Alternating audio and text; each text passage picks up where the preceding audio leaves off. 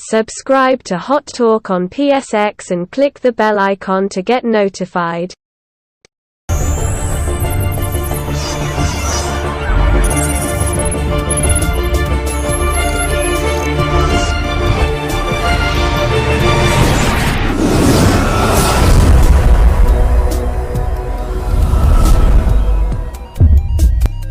बिस्मिल्लाहिर्रहमानिर्रहीम। अस्सलाम वालेकुम प्यारे दोस्तों, क्या हाल चाल है? सब ठीक है? अल्लाह पाक से बहुत उम्मीद करता हूँ कि आप सब ठीक ठाक होंगे।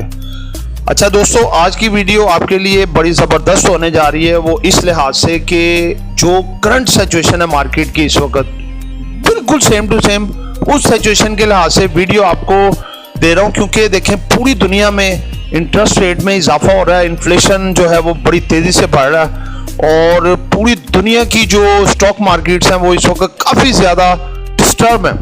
ठीक है, तो इस दौरान ये देखें कि ये सारे मामलात में स्टॉक मार्केट में हमारी में कौन सी चीज़ें, बल्कि पूरी दुनिया में कौन सा ऐसा सेक्टर है जो सबसे ज़्यादा बेनिफिट उठा रहा है। तो दोस्तों, वो आपको मैं बताने जा रहा हूँ आज इस वीडियो में, और इस वीडियो को एंड तक देखिएगा।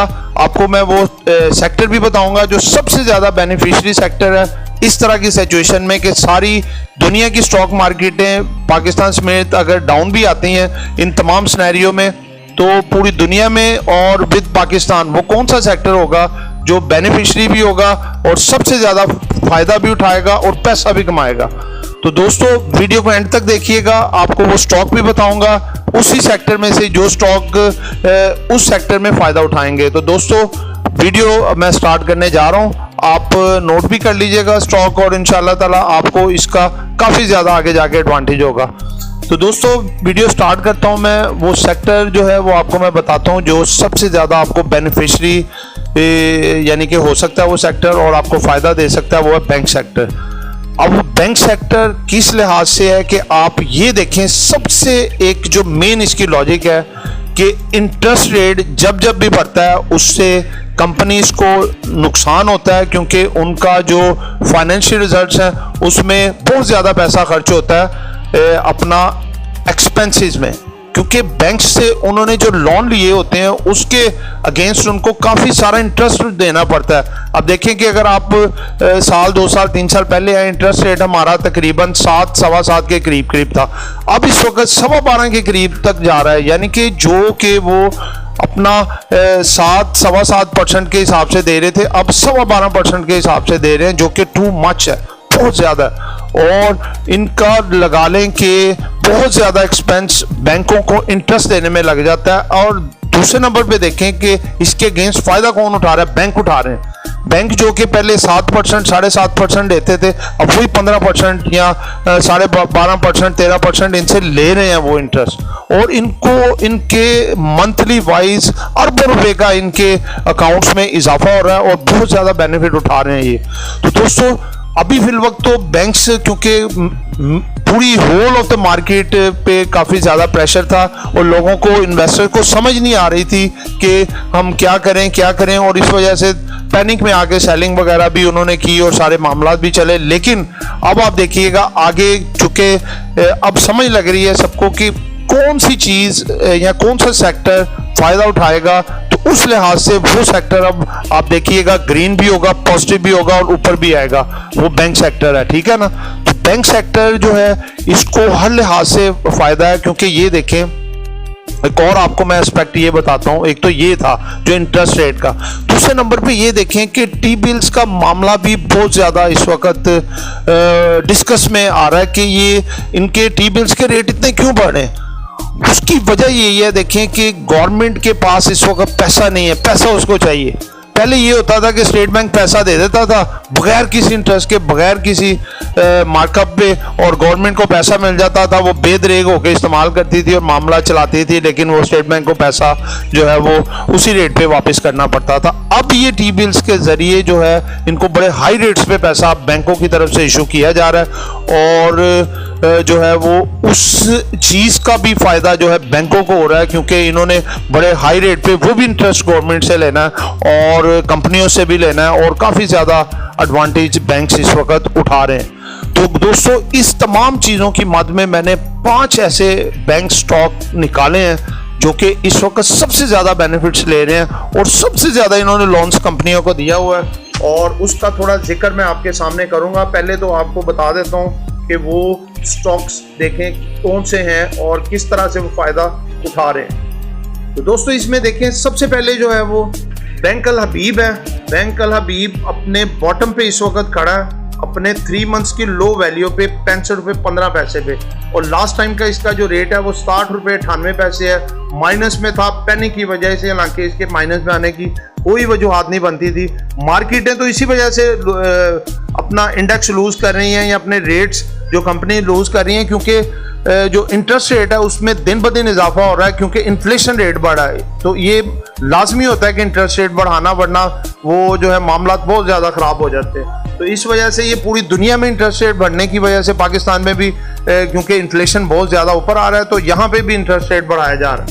तो इसको बैंक को भी बड़ा फ़ायदा होगा, ठीक है। इसका जो है ये आप देखें कि इसने जो डिविडेंड भी दिया है वो 7 रुपये दिया हुआ है लास्ट टाइम। इसकी पी रेशो देखें बड़ी ज़बरदस्त है, 4.04 है, और EPS बहुत ज़बरदस्त है, इसका 16.83 है, और इसकी हिस्ट्री की जो हाई है वो 88.25 है। तो दोस्तों ये अपने इस सिनेरियो के दौरान मार्केट किसी भी तरह की हो, ये इंशाल्लाह ताला नज़र आ रहा है कि ये अपने 78 के टारगेट को ब्रेक करते हुए अपने हिस्ट्री के टारगेट को भी ब्रेक करेगा, अगर इसी तरह से इंटरेस्ट रेट बढ़ते रहे, क्योंकि आगे यही एक्सपेक्ट किया जा रहा है कि मज़ीद इंटरेस्ट रेट में इजाफा होगा, टी बिल्स में भी उनके भी रेट्स में इजाफा होगा।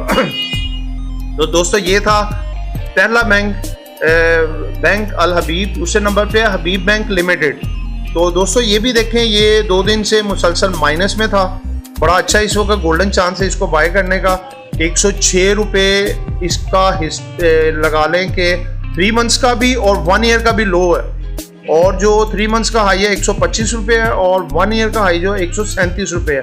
तो इसके सेलिंग का भी फर्स्ट टारगेट होना चाहिए 125 रुपये, सेकेंड होना चाहिए 137 रुपये। इसने जो डिविडेंड दिया लास्ट टाइम 4.25 है, पीई रेशो जो है इसकी 4.95 है, और इसका EPS देखें बहुत ज़बरदस्त है, 21 रुपये 49 पैसे है, ठीक है। हिस्ट्री का ये इसका 324। तो दोस्तों ये इस सिनेरियो में, इस रैली में इंशाल्लाह ताला मैं देख रहा हूँ कि बड़ा अच्छा रेट ये भी अचीव करेगा। 3rd नंबर पे आ रहा है MCB मुस्लिम कमर्शियल बैंक।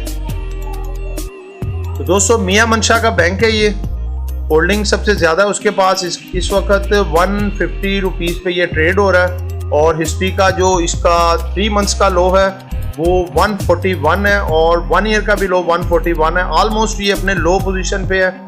इसका 3 मंथ्स का हाई है 166 और ईयर का हाई है 169। इंशाल्लाह ताला अपने ये 3 मंथ्स और जो 1 ईयर का हाई है इसको ब्रेक करता हुआ नज़र आ रहा है, और हिस्ट्री का हाई जो है इसका 498 रुपये। पी रेशो इसकी 6.15 है, और EPS जो है इसका वो 24.50 है, और जो डिविडेंड लास्ट टाइम दिया है इसने 20 दिया है, ठीक है। उसके बाद दोस्तों नेक्स्ट जो स्टॉक आ रहा है इसमें वो भी आपको मैं बताता हूँ। तो दोस्तों नेक्स्ट जो स्टॉक है वो है MEBL मीज़ान बैंक लिमिटेड। मीज़ान बैंक इस वक्त ट्रेड हो रहा है जी 137 रुपये 24 पैसे पे, ठीक है। इसका जो 3 मंथ्स का लो है 123 रुपये है, और 1 ईयर का लो है 107 रुपये, ठीक है। थोड़ा इसने इंक्रीज किया हुआ है, डिविडेंड इसने अच्छा दिया है, पीई रेशो को भी बेहतर किया, अपने EPS को भी बेहतर किया है, और ये भी काफ़ी बेनिफिट उठाएगा क्योंकि इस्लामी शरिया में भी ये आता है, और इस वक्त काफ़ी पब्लिक का इस तरफ रुझान है, और ये अपने फर्स्ट और सेकंड टारगेट को ब्रेक करते हुए ये 3rd टारगेट की तरफ इंशाल्लाह ताला जाएगा। और दोस्तों दूसरी बात एक और भी साथ इनके मैं बताता चलूँ कि आप इनको लॉन्ग टर्म के लिए भी होल्ड रख सकते हैं। अगर मार्केट सिनेरियो के मुताबिक ये वक्ती तौर पे नहीं बढ़ते 2 दिन 4 दिन महीना, लेकिन इन्होंने बढ़ना ही बढ़ना है, ऊपर जाना ही जाना है। ये नहीं कि ये स्टिल नीचे ही आते रहेंगे, कचरा स्टॉक नहीं है, ये ब्लू चिप स्टॉक्स हैं, ग्रोथ स्टॉक्स हैं, डिविडेंड बोनस गिविंग स्टॉक्स हैं। इनकी पी रेशो EPS हर चीज़ एवरीथिंग बेटर है। इसको लेने में आपको कोई डर फिक्र खतरा नहीं होना चाहिए। तो दोस्तों इसके बाद नेक्स्ट जो हमारा आता है वो UBL है, यूनाइटेड बैंक लिमिटेड, ठीक है। ये ट्रेड हो रहा है इस वक्त 137 रुपये पे। 3 मंथ्स का लो है इसका 132 रुपये, 1 ईयर का लो है 113 रुपये, और इसका 3 मंथ्स और 1 ईयर का हाई जो है वो 151 है, ज़बरदस्त है। इसका डिविडेंड है 12 और इसकी पी रेशो है 8.04 और ईपीएस है 17.07। इसका हिस्ट्री का हाई जो है वो 283 रुपीज़ है। तो दोस्तों ये भी इस वक्त अच्छी पोजीशन पे खड़ा है, सिनेरियो है, कंडीशन है, हर लिहाज से बेटर पोजीशंस हैं। तो आप भी इससे शॉर्ट टर्म लॉन्ग टर्म के लिए फ़ायदा उठा सकते हैं। अच्छा दोस्तों, ये हमारे थे जो 5 स्टॉक्स जो कि आपको मैंने ब्लू चिप फंडामेंटल स्टॉक्स बताए हैं। अब एक आपको मैं एक छोटा पैकेट है, बड़ा धमाका है, और इसके अंदर कुछ तो है जो छुपाया जा रहा है, वो है सिल्क बैंक। सिल्क बैंक की थोड़ी सी आपको मैं ये बताता चलूं कि सिल्क बैंक के साथ समझ लें कि इस तरह का बर्ताव किया जा रहा है कि कुछ चीज़ें छुपाई जा रही हैं जो कि पब्लिक के सामने नहीं लाई जा रही, और इसका रेट भी 1 रुपये पे मेंटेन किया हुआ है। इसको वो बड़े बड़े ग्रुप्स जिनके पास मुझे सब इनका रिकॉर्ड है, जिन्होंने इसका लाखों में मिलियंस में स्टॉक रखा हुआ है और इसको ना तो सेलिंग कर रहे हैं, और उनको पता है कि इसने बढ़ना है, लाजमी बढ़ना है। किस वजह से कि देखिए, मैं आपको थोड़ा सा पीछे लेके चलता हूँ कि इसने हिस्ट्री में लगाने इतना ज़्यादा लंबा अरसा नहीं है, एग्जैक्ट डेट्स मुझे नहीं है, वो तो देखनी पड़ेगी, लेकिन आप वेबसाइट के थ्रू देख सकते हैं कि इसने अपनी मेन ब्रांच कराची में सेल की हुई है, जो कि तकरीबन 8 से 10 अरब रुपया इनके पास आया हुआ है, जो कि इन्होंने शो करना था अपनी फाइनेंशियल रिजल्ट्स में, जो कि नहीं कर पाए। इन्होंने स्टेट बैंक से और SCCP जो है सिक्योरिटी एंड एक्सचेंज कमीशन से टाइम लिया था कि हमें थोड़ा वक्त दिया जाए, हम बोर्ड मीटिंग्स, क्योंकि 2020 की 2022 के पूरे सालों की इन्होंने बोर्ड मीटिंग्स नहीं दी, कोई भी इस वक्त बोर्ड मीटिंग इनके पास होल्ड नहीं है, और इनको टाइम दे दिया गया था कि आप 30 मार्च 2022 तक अपनी 2020 जो एंडिंग है दिसंबर 2020 तक की फाइनेंशियल जो रिपोर्ट्स अपनी दे दें, लेकिन वो भी नहीं दे पाए, और इन्होंने इसके अगेंस्ट लेटर दिया 25-26 अप्रैल को कि हमें मजीद फर्दर टाइम चाहिए, और हम आपको 2020 की भी और 2022 की दोनों की 2020 की और 2021 की दोनों की मुकम्मल ईयर्स की आपको फाइनेंशियल रिपोर्ट्स देंगे।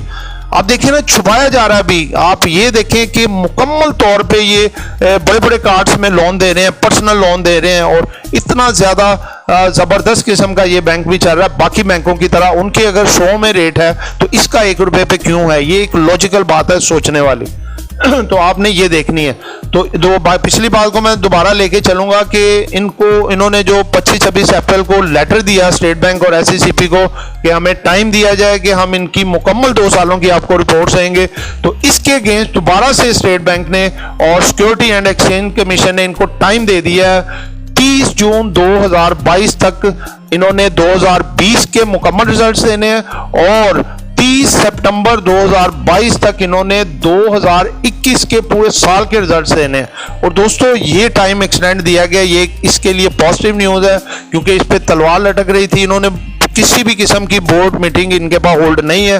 ये डिफॉल्ट सेगमेंट में भी जा सकता था, जिस वजह से सेलिंग ट्रेंड देखने में आया। अब चूंकि इनको टाइम मिल गया है, वो तलवार हट गई है, अब इन्हें तकरीबन 3-4 महीने का टाइम मजीद फर्दर मिल गया, और इसमें उम्मीद है कि इंशाल्लाह ताला ये इनकी रिपोर्ट्स दे दी जाएंगी, और वो बड़ी बेहतर रिपोर्ट है। मैं आपको बता दूं, उसमें वो पैसे भी शो किए जाएंगे जो एक बड़ी अमाउंट इनके पास आई थी। उसके अलावा बैंकों को सबको प्रॉफिट हो रहा है, तो सिल्क बैंक को क्यों नहीं होगा? आप मुझे बताएं। इसको भी बड़ा 1.5 साल प्रॉफिट हो रहा है, और आगे भी होगा, और इसका इस वक्त रेट 1 रुपया है। और आपको मैंने पहले से बताया हुआ है कि इसको आप होल्ड रखे, थोड़े लंबे अरसे के लिए होल्ड रखते हैं, जैसे कि 6 माह से 2 साल के लिए, तो ये आपको तकरीबन मिनिमम रेट 5 रुपये, और ज़्यादा से ज़्यादा ये आपको 7-8 रुपये तक भी ये इसका आने वाले वक्त में रेट नज़र आएगा, आफ्टर इसके कि जब ये 2020 के और 2021 के फाइनेंशियल रिजल्ट्स अपने ओपन कर देंगे। ठीक है, तो दोस्तों ये इसके भी टेक्निकल्स हैं आपके सामने। इस वक्त ये ट्रेड हो रहा है 1 रुपये 5 पैसे पे, और इसका जो 3 मंथ्स का और 1 ईयर का लो है वो 1 रुपये 4 पैसे, 1 रुपये 4 पैसे है। फर्स्ट टारगेट इसका सेलिंग का जो है वो 1 रुपये 44 पैसे है, सेकंड 2 रुपये 25 पैसे है, और ये इंशाल्लाह ताला अगर 2 साल तक होल्ड रखते हैं तो उम्मीद नज़र आ रही है कि अगर ये दोनों 2020-21 का रिजल्ट दे देते हैं तो ये जो इनका हिस्ट्री का हाई है 6 रुपये 70 पैसे, इसको ब्रेक करता हुआ नज़र आ रहा है। ठीक है दोस्तों, तो इसके साथ ही मैं आपसे इजाज़त चाहता हूँ। दुआ में याद रखिएगा। आपका दोस्त, आपका खादिम, आपका मुखलिस आमिर शहजाद। अल्लाह हाफ़िज़।